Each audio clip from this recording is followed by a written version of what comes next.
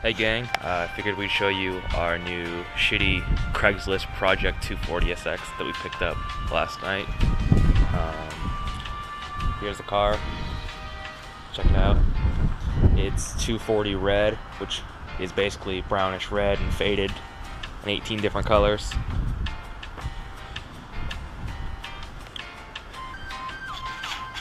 It has a really great JDM exhaust the guy was selling us on. If you look, it has a super cool tip.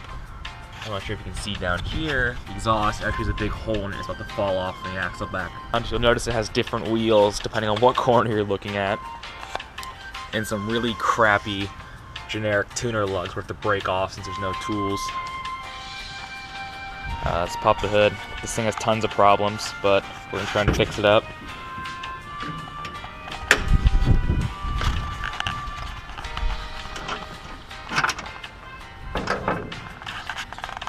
The previous owner of this vehicle did some really shit modifications to it that we're in the middle of trying to fix.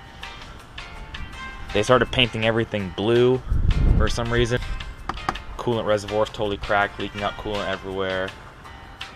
The front suspension has tame coilovers with camber plates, but the rear suspension is stock. When we got this thing, it wouldn't idle worth a damn. They had this AEM intake on it that made it up to the stock air box, and they had a series of generic rubber couplings they made it to fit.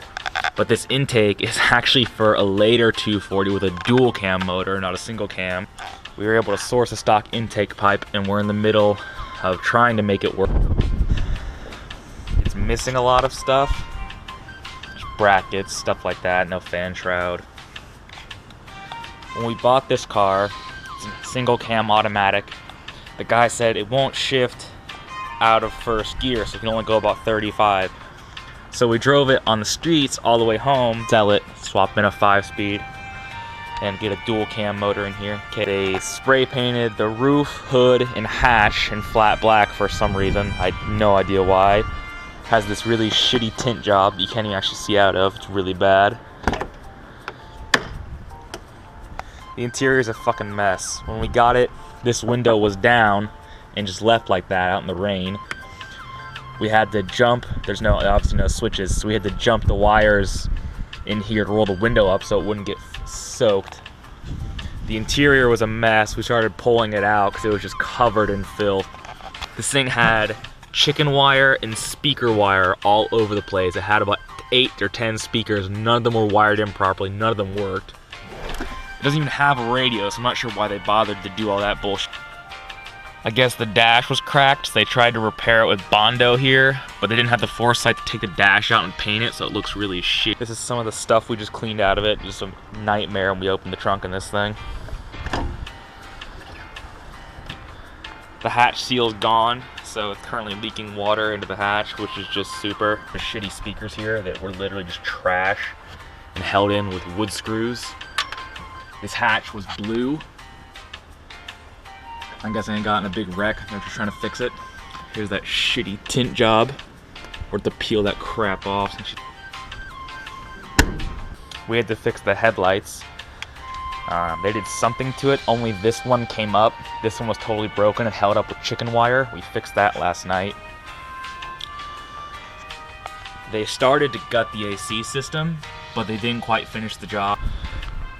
When we bought it from the guy, he said something's wrong with the front suspension. It pulls when you drive it.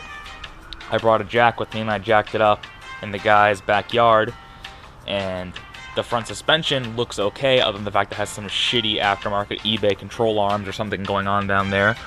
But the steering rack is completely destroyed and is puking out power steering fluid faster than you can fill it up.